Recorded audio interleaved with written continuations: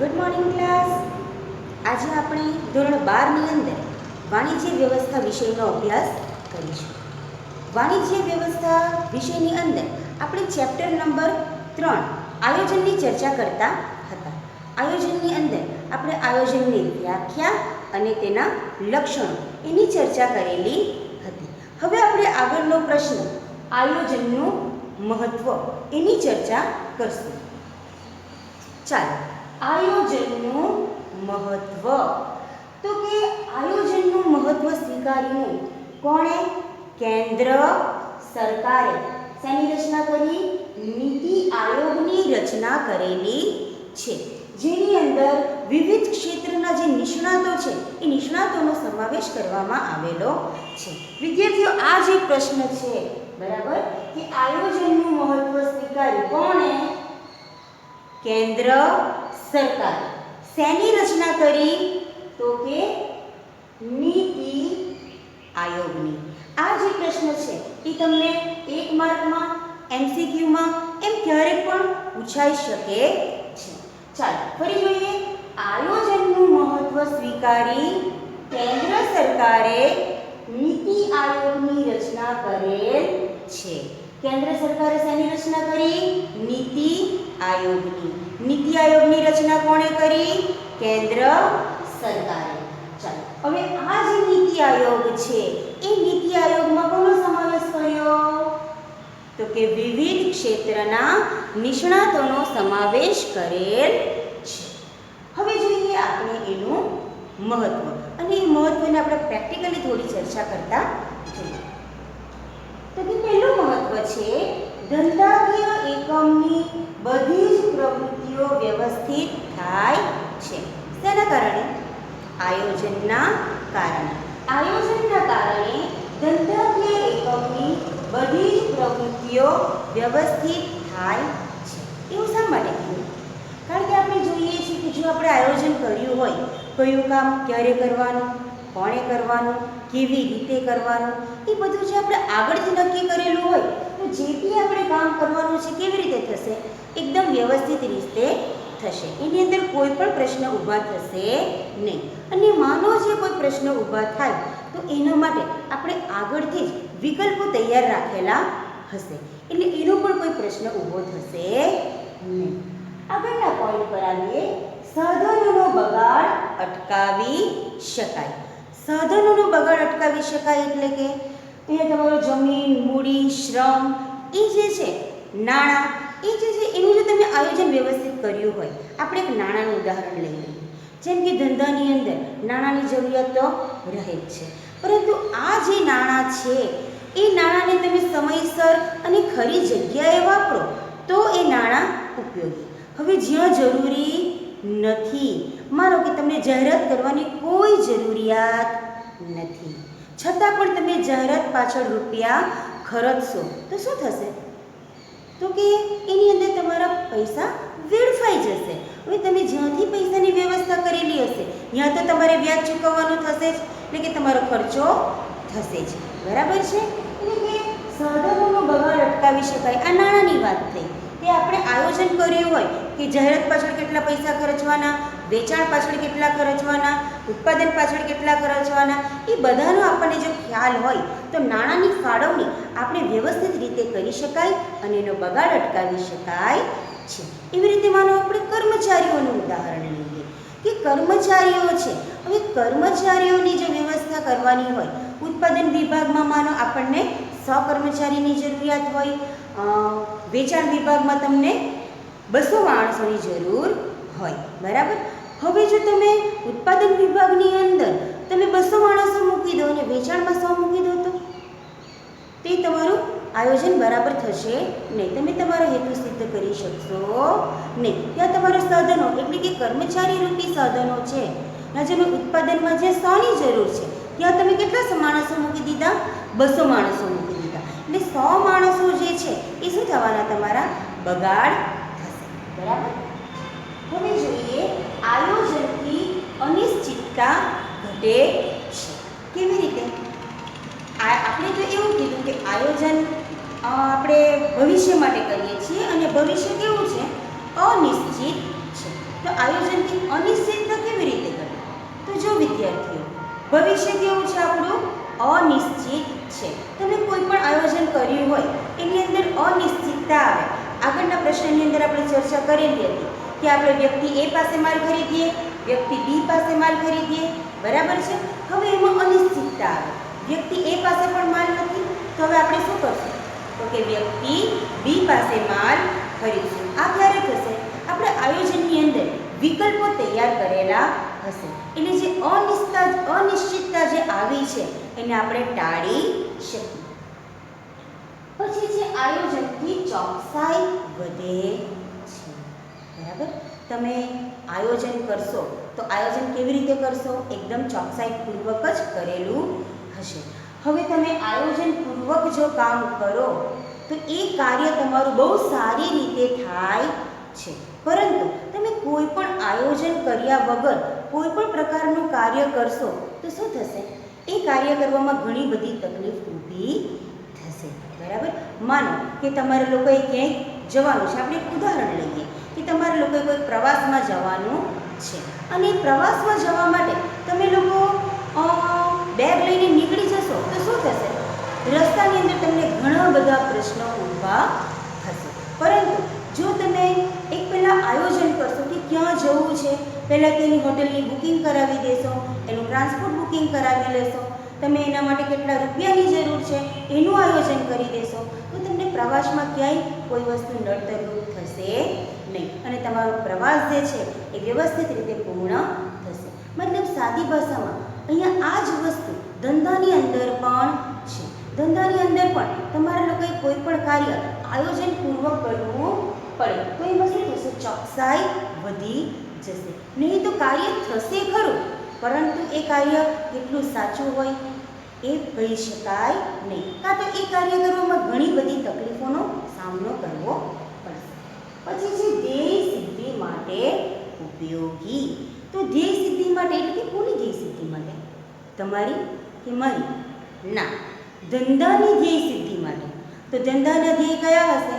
જે તે ધંધા, જુદા જુદા પ્રકારના ધંધાઓ હોય છે, એણે પોતાનો ધ્યેય સ્વીકારેલો હશે કે ભાઈ મારે વેચાણ વધારવાનું છે, મારે માર્કેટમાં છવાઈ જવાનું છે, મારે પ્રોડક્શન વધારવાનું છે. દરેક ધંધાના પોતાના ધ્યેય જુદા જુદા હોય છે. દરેક ધંધાએ જે તે ધંધાએ પોતે જે ધ્યેય રાખ્યો હોય એના સિદ્ધિ માટે કોણ ઉપયોગી થાય?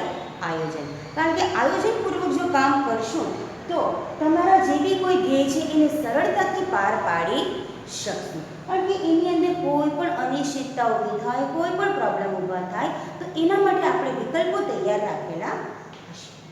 આગળ જોઈએ સંચાલકીય કાર્યમાં સરળતા. આયોજન કરવાના કારણે શેમાં સરળતા થાય છે? સંચાલકીય કાર્યમાં સરળતા રહે છે. કેવી રીતે? તો કે જો વિદ્યાર્થીઓ, આપણે જોઈએ સંચાલકીય કાર્ય કયા કયા આવે? તો કે વ્યવસ્થા તંત્ર, કર્મચારી વ્યવસ્થા,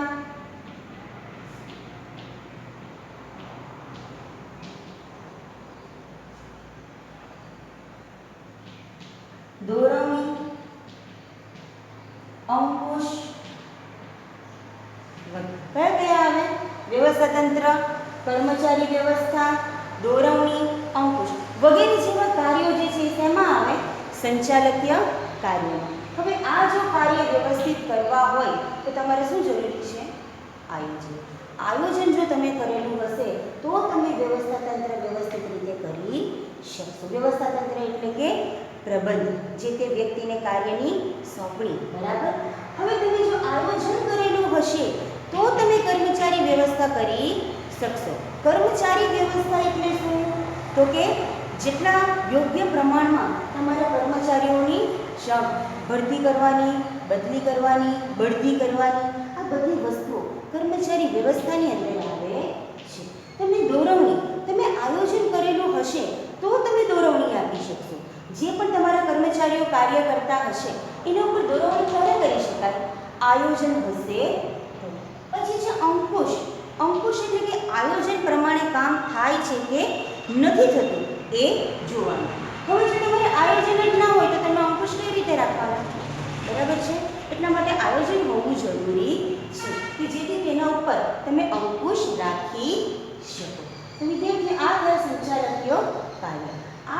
કાર્યો છે એને લગતા આખા પાઠ તમારા લોકો આગળના ટોપિકની અંદર આવશે, ત્યારે આપણે એની ડિટેલની અંદર ચર્ચા કરીશું. આગળ જોઈએ, કર્મચારીઓનો સહકાર પ્રાપ્ત થાય. શું કીધું અહીંયા? કર્મચારીઓનો સહકાર પ્રાપ્ત કઈ રીતે? કારણ કે જો હવે તમે એક સાદો આપણે વિચાર કરીએ, માનો તમારી કોઈ દુકાન છે, દુકાનમાં તમારા જે કર્મચારીઓને રાખ્યા હોય, ખૂબ તમારો શોરૂમ છે, બરાબર, ત્યાં કર્મચારી રાખ્યા હોય અને તમે એને કશું કીધું ના હોય કે આજે કયા કયા કામ કરવાના છે, પછી તમે જ્યારે બપોરે દુકાન પર જાઓ અને એકદમ ખીજાવા માંડો કે જો આ કામ નથી થયું, આ માલ અહીંયા નથી મૂક્યો કરીને તમે ખીજાઈ જાઓ, તો કર્મચારીઓમાં શું થશે? એક રોષ ઉત્પન્ન થશે કે અમને કીધું તો છે ને કે કયું કામ કરવાનું છે, તો અમે કઈ રીતે કામ કરીએ? આ પ્રશ્ન ઊભો થાય, બરાબર છે. પરંતુ જો આયોજન કરેલું હોય, આગલા દિવસે તમે કહી દીધું હોય તમારા કર્મચારીઓને કે આવતીકાલે તમારે આટલા પ્રકારના કામ કરવાના છે, આવતીકાલે તમારે આ વ્યક્તિ આ પ્રકારનું કામ કરશે, આ વ્યક્તિ બીજા પ્રકારનું કામ કરશે, આ વ્યક્તિ ત્રીજા પ્રકારનું કામ કરશે. આ રીતનું જો આયોજન કરેલું હશે તો કર્મચારીઓ આવીને પોતપોતાના કામ વ્યવસ્થિત રીતે કરશે અને એ કર્મચારીને પણ ખબર હશે કે મારે કયું કામ કરવાનું છે, આ કામ કોણે કરવાનું છે. આથી પોતે એકદમ નિષ્ઠાથી અને વ્યવસ્થિત રીતે કામ કરી શકશે. એટલે તમને કર્મચારીનો શું થાય? સહકાર પ્રાપ્ત થશે. તમે કોઈ પણ કામ સોંપશો તો કર્મચારીને ખુશી ખુશીથી કરવા તૈયાર થઈ જશે. પછી છે અસરકારક અંકુશ રાખી શકાય. આની ચર્ચા આપણે અહીંયા કરી. અસરકારક અંકુશ રાખી શકાય. તો અંકુશ એટલે શું? તો કે અંકુશ એટલે કે આયોજન મુજબ કામ થાય છે કે નથી થતું એને જોવું, બરાબર. ચાલો, તો જો તમે આયોજન કરેલું હશે તો તમે એના ઉપર અંકુશ રાખી શકો. આયોજન જ ના કર્યું હશે તો કઈ રીતે અંકુશ રાખશો? બરાબર. એટલા માટે અસરકારક અંકુશ રાખવા માટે શું જરૂરી છે? આયોજન જરૂરી છે. પછી જોઈએ, વિવિધ પ્રવૃત્તિઓ સાથે સંકલન સાધી શકાય. આયોજનના કારણે વિવિધ પ્રવૃત્તિઓ સાથે શું સંકલન સાધી શકાશે? વિવિધ પ્રવૃત્તિઓ સાથે સંકલન સાધી શકાય એટલે કઈ વિવિધ પ્રવૃત્તિઓ? તો કે ઉત્પાદનને લગતી વિવિધ પ્રવૃત્તિઓ, ખરીદને લગતી વિવિધ પ્રવૃત્તિઓ, નાણાંને લગતી વિવિધ પ્રવૃત્તિઓ, વેચાણને લગતી વિવિધ પ્રવૃત્તિઓ, ધંધાની અંદર જુદા જુદા પ્રકારની પ્રવૃત્તિઓ હોય છે. જો તમે આયોજન કરેલું હશે તો આ વિવિધ પ્રકારની પ્રવૃત્તિઓ વચ્ચે શું સાધી શકાશે? સંકલન સાધી શકાશે. સંકલન સાધી શકાશે એટલે કે માનો અહીંયા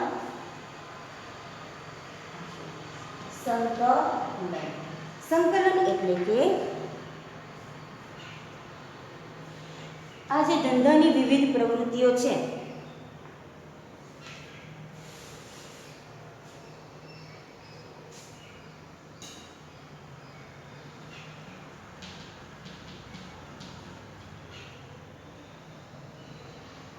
એની વિવિધ પ્રવૃત્તિઓ કઈ હોઈ શકે? તો કે ઉત્પાદન, વેચાણ, ખરીદી, નાણાકીય પ્રવૃત્તિઓ વગેરે વિવિધ પ્રવૃત્તિઓ હોઈ શકે. આ જે બધી પ્રવૃત્તિઓ છે એને શું કરવું પડે?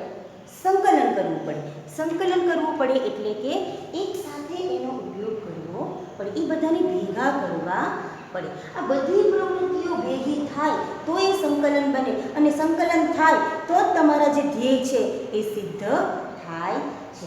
જેમ કે આપણે જોઈએ કે તમારા લોકોએ કંઈ ઉત્પાદન કરવાનું હોય તો આ દરેક વિભાગો આપણે આગળના પ્રશ્નની અંદર ચર્ચા કરેલી છે કે દરેક ધંધાકીય એકમની અંદર પોતાના ધંધાના કદ અને પ્રકાર પ્રમાણે એના જુદા જુદા વિભાગો હોય છે, એમાં જુદી જુદી પ્રવૃત્તિઓ થતી હોય છે. હવે આપણે જોઈએ કે અહીંયા ઉત્પાદન વિભાગ છે અને ઉત્પાદનની પ્રવૃત્તિ થાય છે. ખરીદ વિભાગમાં ખરીદને લગતી પ્રવૃત્તિ થાય છે, નાણાં વિભાગમાં નાણાંને લગતી પ્રવૃત્તિ થાય છે, વેચાણ વિભાગમાં વેચાણને લગતી પ્રવૃત્તિ થાય છે. હવે ઉત્પાદન વિભાગમાં માનો કે એમ કહે છે કે મારે 1 લાખ બોલપેન બનાવવાની છે, બરાબર.